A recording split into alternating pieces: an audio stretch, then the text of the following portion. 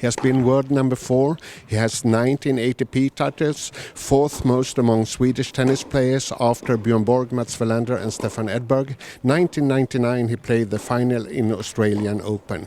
After his successful career, he was the Swedish Davis Cup captain and has also been coach on ATP Tour. Now he's in a new role as expert on BetSafe. Hi, Thomas Enqvist here. I'm looking forward for my new role on BetSafe to guide you, give you some insight tips from the ATP and WTA Tour. I think we're going to have a lot of fun this upcoming season.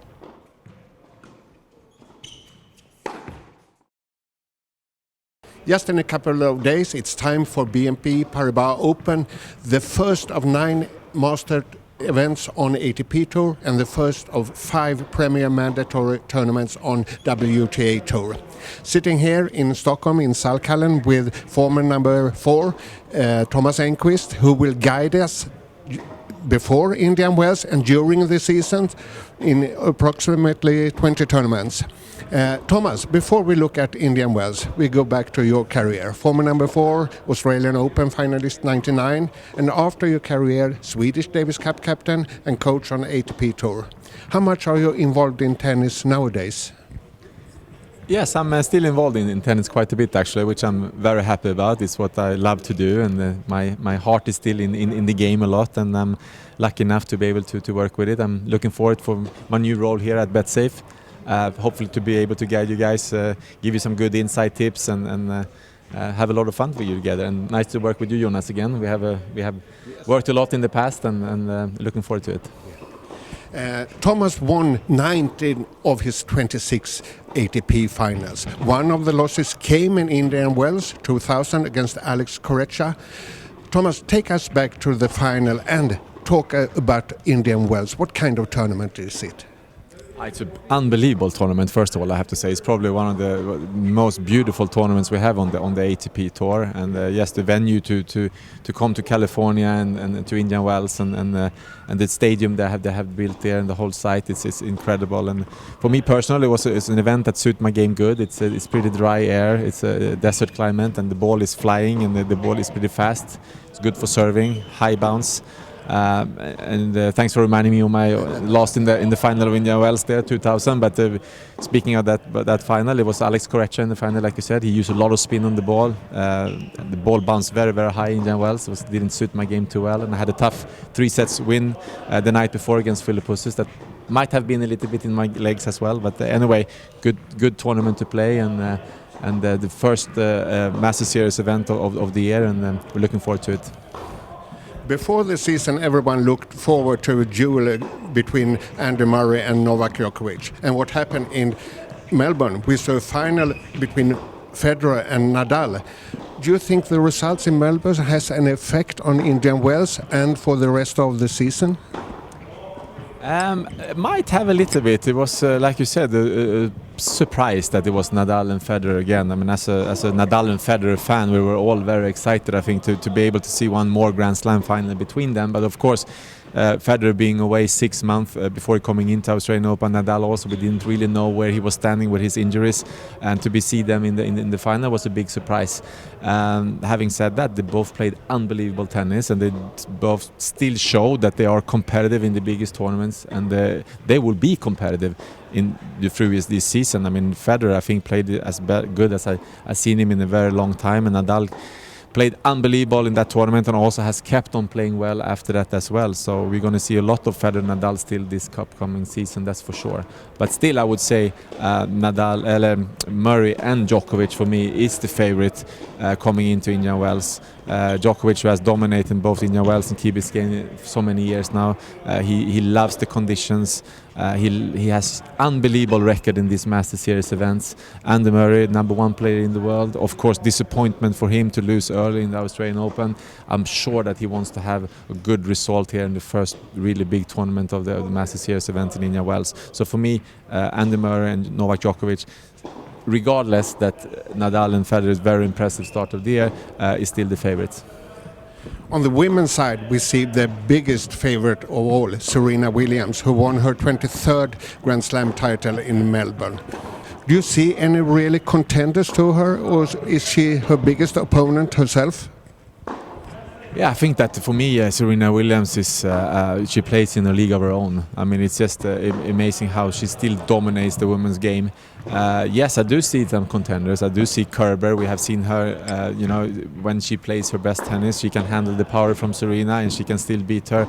You see Pliskova in US Open, that she also has a big game, can also on her best day beat Serena Williams. But no, I mean, for me, Serena Williams, when she's healthy, motivated, and she plays her best tennis, she's still by far the best women's player in the world. You mentioned Pliskova, US Open finalist last year, now number 3, won 2 WTA titles this year. Do you think she already has what is needed to win a big title, or does she have to add something to her game? I don't think so. I think that she works very hard on her movement, which I think so far is the one that she's still struggling with a little bit. But of course she's very tall also, so it's going to take some time to. But she is moving better and better. I think for every tournament I see her, I think she's improving that, and I also know that she's working really hard on that. She has a big game. She's serving unbelievable, and she has the power to win or to hit through any opponent, which I think. And to answer your question, yes, I think she's ready. I think we saw that she loves the big stage. We saw that in US Open. I think she's ready to win a Grand Slam or another big title very, very soon. And Murray has been world number 1 for 16 weeks now. It's a pretty new role for him. How do you think he handled it? I think he handled it really, really well. I mean, obviously being number 2 for such a long time, I mean, he really deserves the number 1 spot. He also is a player that plays well on each surface. It's not one time of the season where he's, struggling a little bit. He can win Roland Garros, he can win on clay, he can win on grass, Wimbledon that he has done 2 times. I would be very surprised if he doesn't stay number 1 or at least top 2 for a very long time.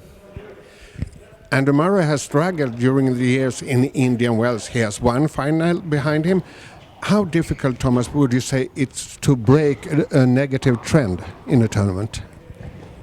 Well, I mean, it of course it is. I mean, in a way, of course, you have places where you feel more comfortable than others, but I don't see any reasons why Andy Murray shouldn't be able to play really well in Indian Wells, because first of all, what I said before here, that he's so all-round, he plays well on every surface, he handles all the different conditions really, really well.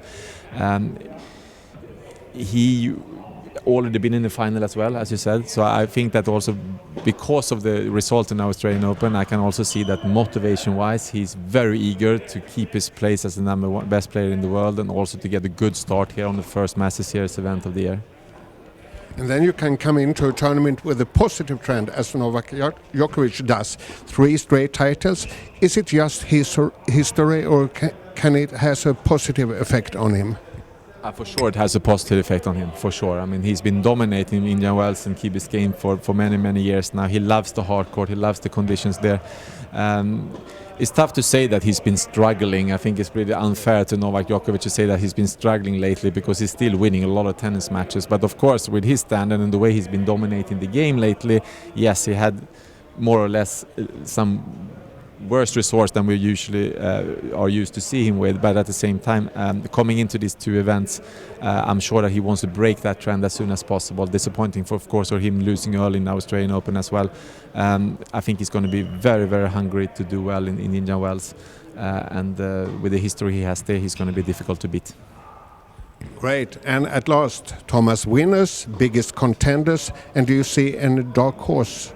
Yes, I think start with the women. I think Serena Williams, big favorite. I would not call them dark horses, but we know with Kerber and Pliskova that when they play well, they can also beat the best players in the world. And also, I think that the quickness of the court and the high bounce of the ball would suit Pliskova. If she's hot, she can play really, really well there, I think.